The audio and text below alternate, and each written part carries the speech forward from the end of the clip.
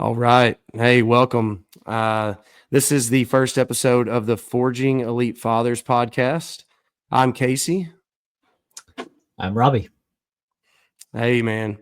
Hey. Um, we are excited for this, and this is really just an idea that we've had together, wanting to be accountable to one another, help each other be better fathers, be better Christian men. And we think this is something that will be beneficial to us and hopefully other men around us. Um, we want to start this by saying that we are not elite fathers yet, but we hope to be one day. And our goal with this is that we can take steps closer to being elite fathers by having conversations with other men that we believe are on that path. Our mission is to unite Christian fathers who do CrossFit. And I think we've got a good platform to do that. So, yeah, episode one, Robbie, welcome. Do you have anything that you want to add? Man, we're just I think you summed it up. We're just fathers who do CrossFit, just really trying to better ourselves and better our families. Yeah, for sure. There's a lot of problems in this world, I think, that stem from fatherless homes or for homes that the fathers are absent, whether they're, that be emotionally, physically, any of those things. So, yeah, let's do better to not be that. But let's start off with just talking about who we are and what we do and where we're from.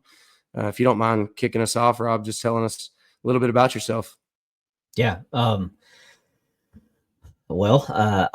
am a father of three. We have three kids, 9, 7, and 9 months.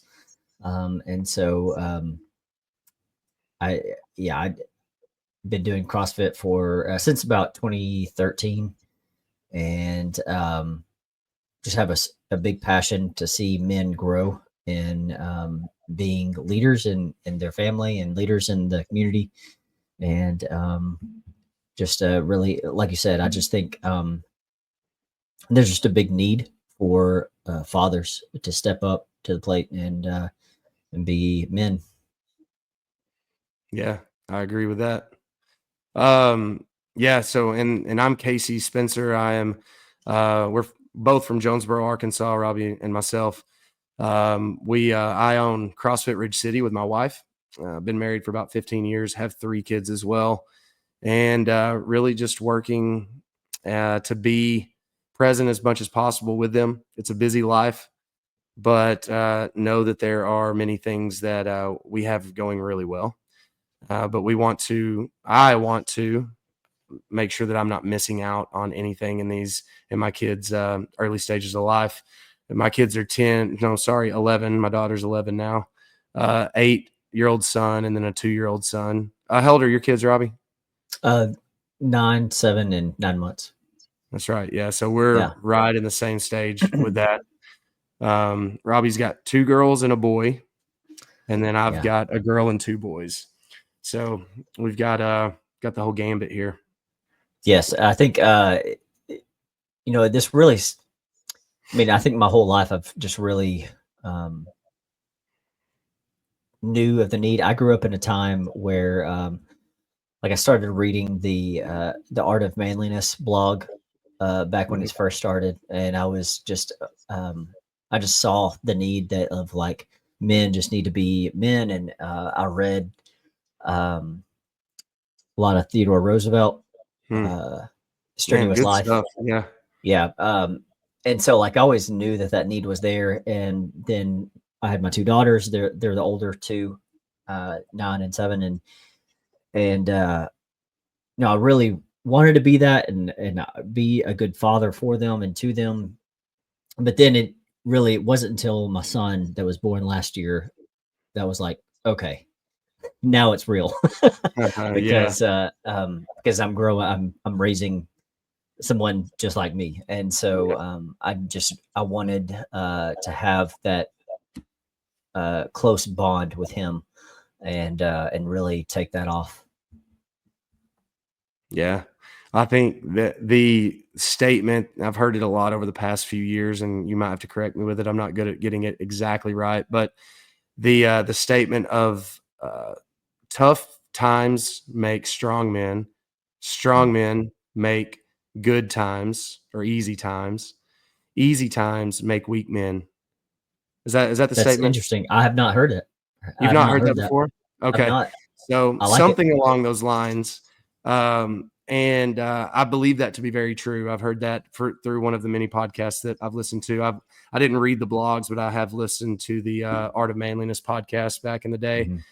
And yeah, a lot of that type of those statements were made. And I think those are great quotes because it's very true. And I think we're in the midst of the easy times making soft men.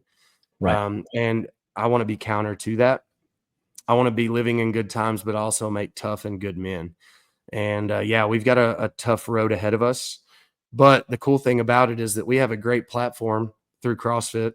I've been doing CrossFit since about same as you, so going on 15 years, and then also, luckily, I own an affiliate now here for 2 years, and so Mhm. I'm in it every day. You're in it quite almost every day as well in my gym, which is great. And then we've got that, but we've also got the greatest example of Jesus and how Right. he loved, how he gave, how he was patient, and how he was kind, but how he was also firm and stood solid on his beliefs and what to be true on truth. Mhm. And that combination is what is so difficult, and we tend to, as humans, fall one way or another. And Right. I just think finding that balance is key. Um, I wanted to just hit real quickly on our title, Forging Elite Fathers. This is an ode to the OG. I guess you're in the design world. What would that be called? Tagline?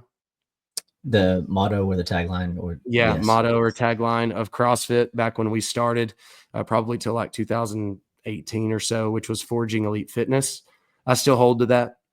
Mhm. But what that means is that we're not necessarily elite fitness right now, but we are on that journey, right? And we know that these steps and this methodology that was taught or is taught and that we practice will lead us to elite fitness.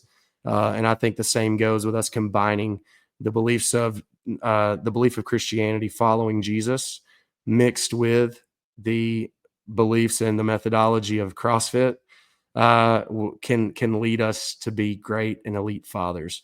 And my goal is that we can have some cool conversations with men who believe the same, maybe outside of the CrossFit space, maybe not, but I'm pretty diehard on the CrossFit space. So we might see about letting some others in our fold. I don't know. Yes. I did want to hit real quick. You know, why CrossFit? For me personally, it wasn't until CrossFit came to into my life that I really like. I think I always read these books, read the blogs, like I've already said, but it wasn't until I found CrossFit, or CrossFit found me, that that it really hit home and really took grasp in my life. It paved the way for. I tell Casey all the time, it's a catalyst.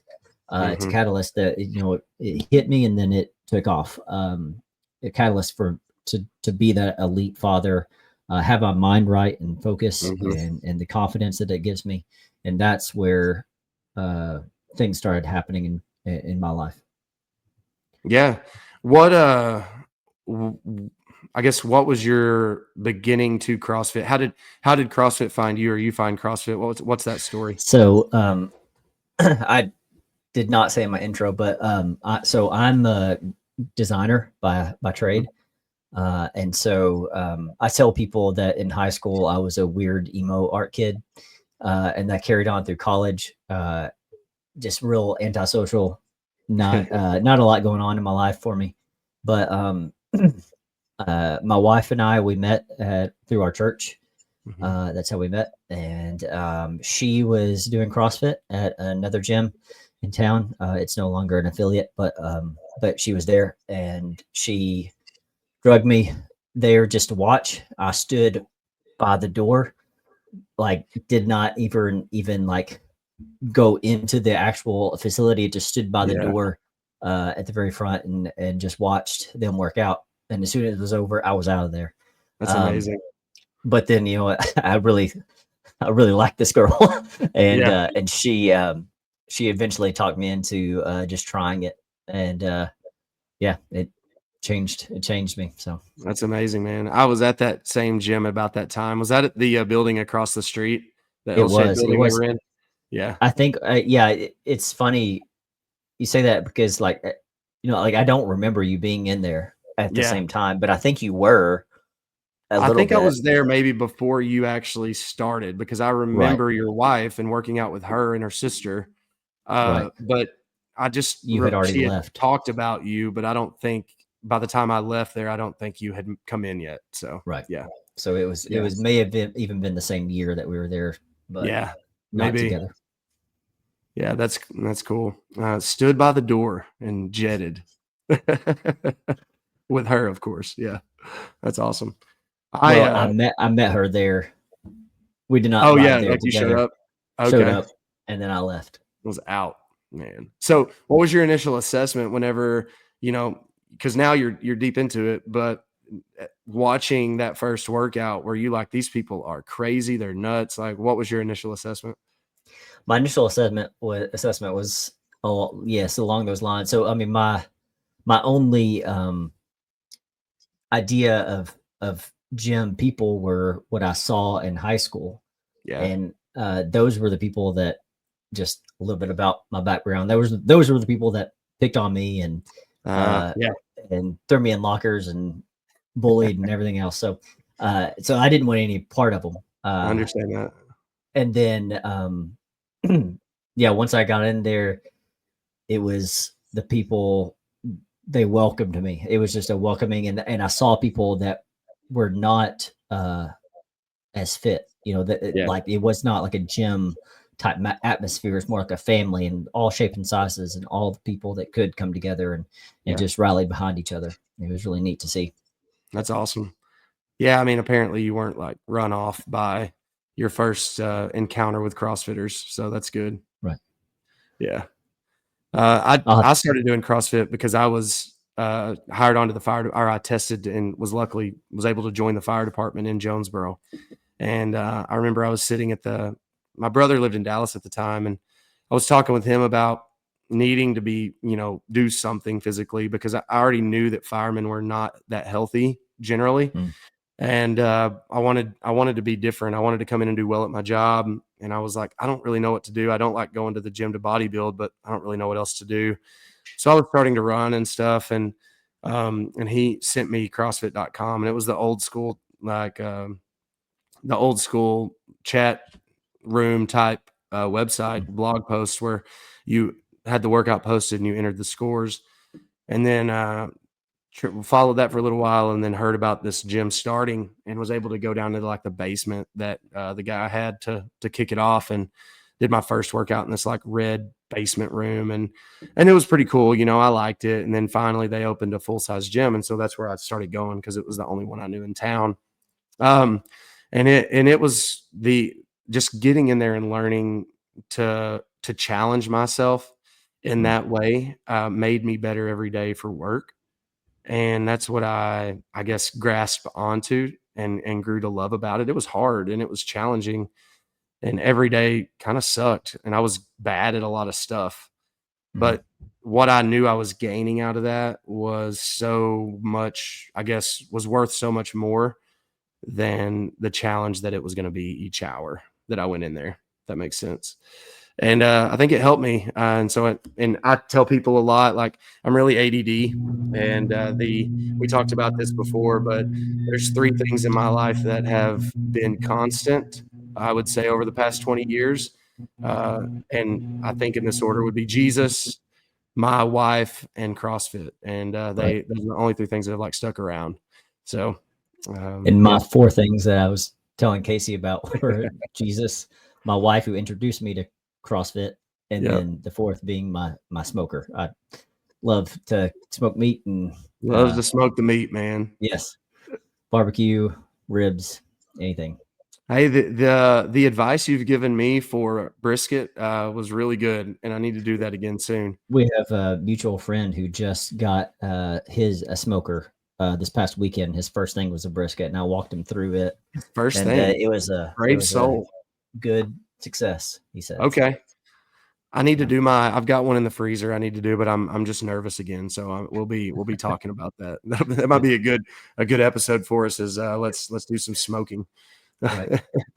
And we can get into um, this into a later episode, and why that yeah, is so important in our lives is because what we put in our into our body, the nutrition is important for the yeah, it CrossFit is. that we do, and then also the what we put into our body also helps us with the mindset of how to Mhm. lead our family. And I mean, it really changes. There's so many studies out there about, the toxic food that we put into our body. Just it Yeah, messes with our with minds and slows people down and just does not do good. So that's why food is very important to us. yeah, and we're seeing that so much more coming to light now through whatever you believe about the new administration leading our country. But all of the topics out there are so focused on health Mm. and food and the things that have been told to us that aren't true about food are scary, and the things that sugar causes in our body is scary. Many people are out there. Greg Glassman himself is claiming openly, he's like, sugar causes cancer, Mm. and is standing firm by that statement. And though I love sugar because it tastes good, I do understand that it's killing me. And I Right. think many more people need to understand that. So, yeah, I think there's a lot of conversations we can have about food and how that is a daily struggle. That is a daily discipline. That's an hourly discipline and something that you have to be conscious of always. Right. And then how much more does that shape your family when you're able to instill those healthy habits and life and that healthy lifestyle into them? One of my favorite things is the example of the dinner table in the Bible.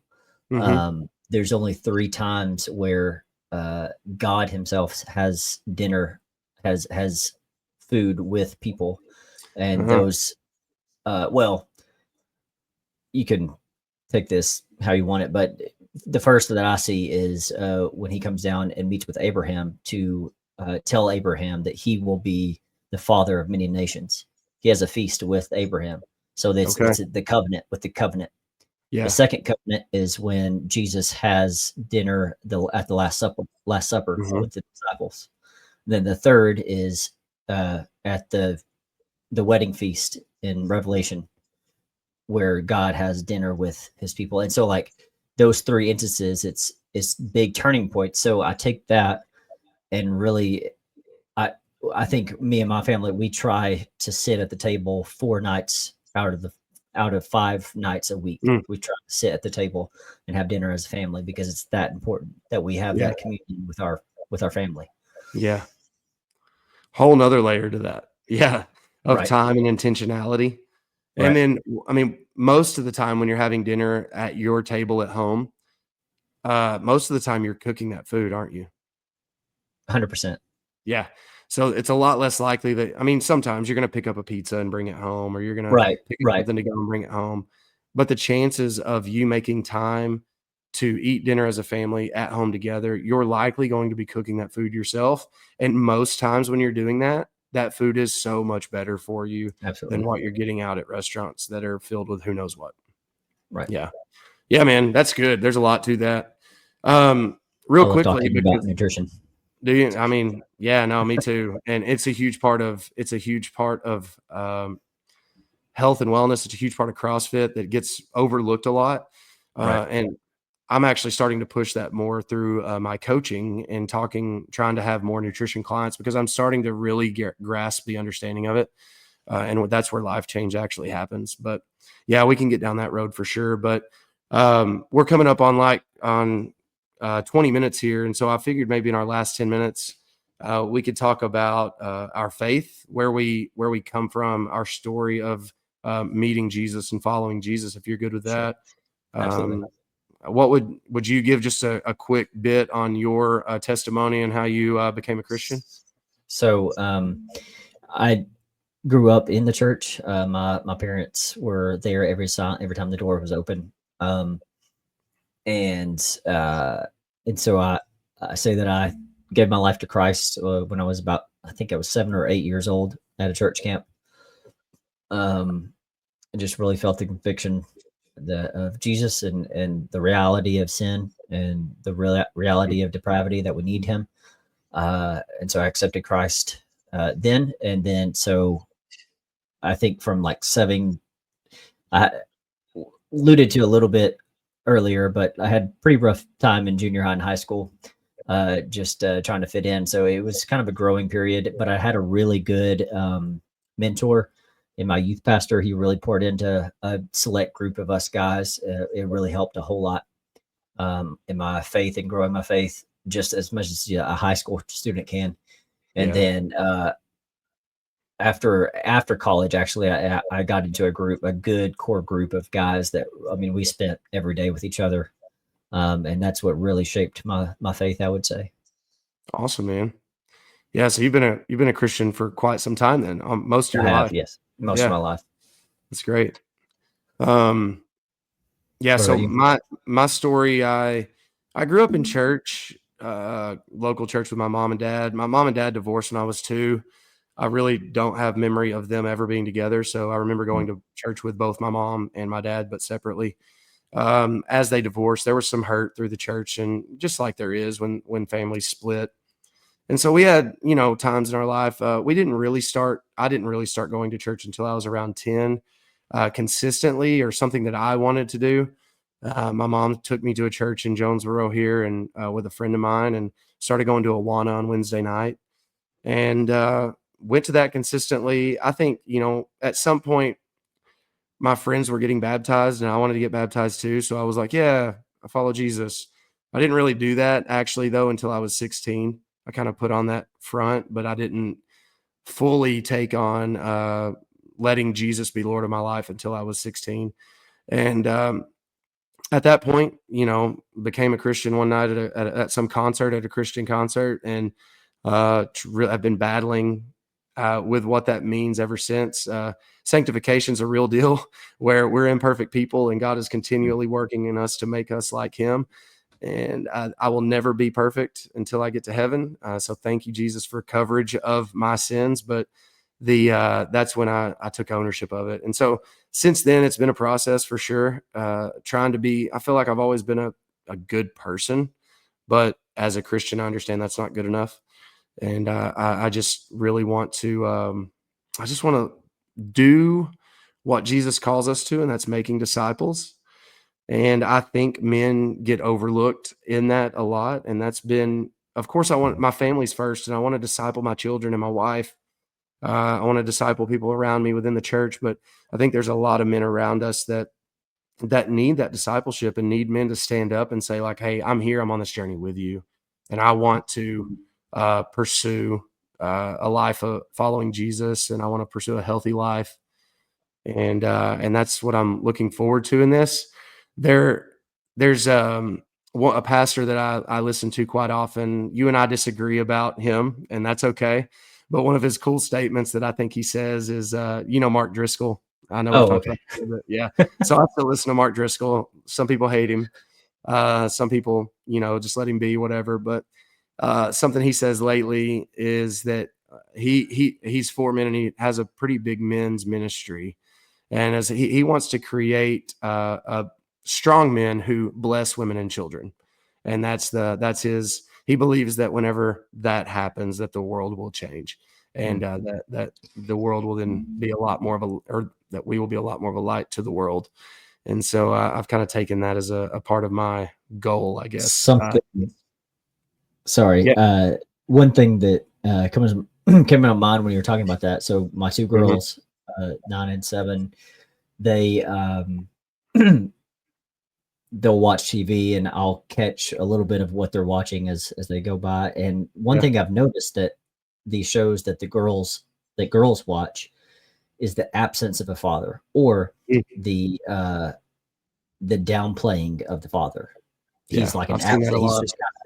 He's just kind of a lot aloof and just kind of whatever. Like he doesn't have a whole lot of say in things that they're watching and stuff.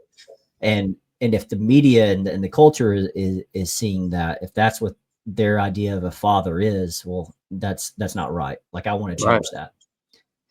To have good, strong fathers that are there and present. So yeah, I agree, and I see that too. But I think that has been the world that we've lived in, that we've grown up. I mean, I'm an '87 baby. I guess you are too, same. right? '87, and so coming up through the '90s, that is it. Especially like I lived with my mom. I had a good relationship with my dad. He moved away for a little while for work and life, and so we weren't super close. But I mean, even with that, my mom was who I looked up to, even when she was remarried. And it was like, my stepdad didn't have any say in my life. It was my mom. And I think there's a lot of that in the world and in the church too, which is something that has been scary to me in the past and still is women tend to be the spiritual leaders of the home. Not that that's wrong, but why? Why? It's just I think it's a time for us to call out men to step up. Right. Yeah, man. So how the format for this podcast, what we'll do, we want to interview men. We want to hear from other men that are leading by example and leading in what it means to be an elite father doing CrossFit and also leading their family well. Yep. Yeah, I agree. I mean, of course, I would love to keep this in the CrossFit space as much as possible, but like I said, I think there's some pretty quality men out there doing fitness well that aren't in CrossFit. And so I guess we can open it up to some men who we think are some exceptions to the rule, and we'll jab at them a little bit, but that'll be okay. Yeah, man, I'm down with that.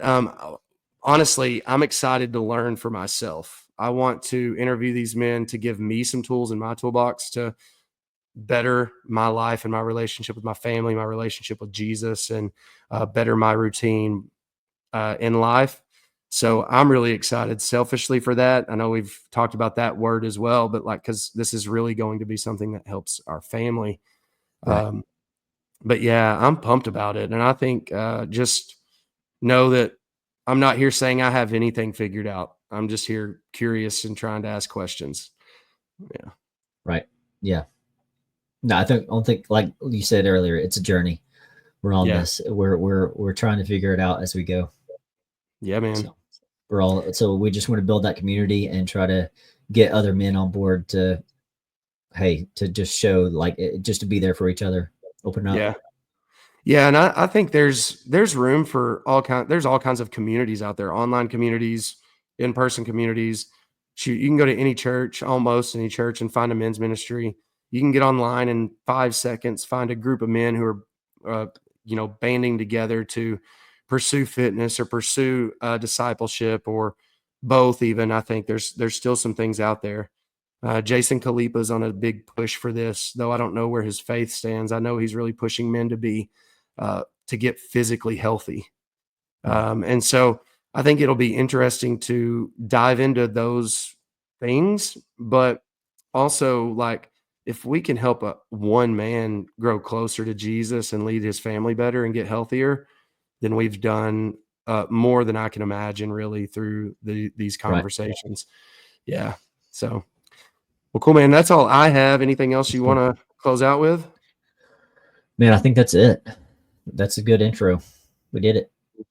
We did it. Again, we'll put our logo up here. Thanks to Robbie, the design pro, for getting this fixed up. I will say if anybody wants to jump out here and sponsor us so we can get the elite version of StreamYard so we don't have to do this, that'd be super helpful, super amazing. Maybe we'll be on the Savon level one day in our world here, but we'll see. Yeah. All right, bro. All right, man. All right. We'll talk soon. Thanks, buddy. Sounds good. Thank you.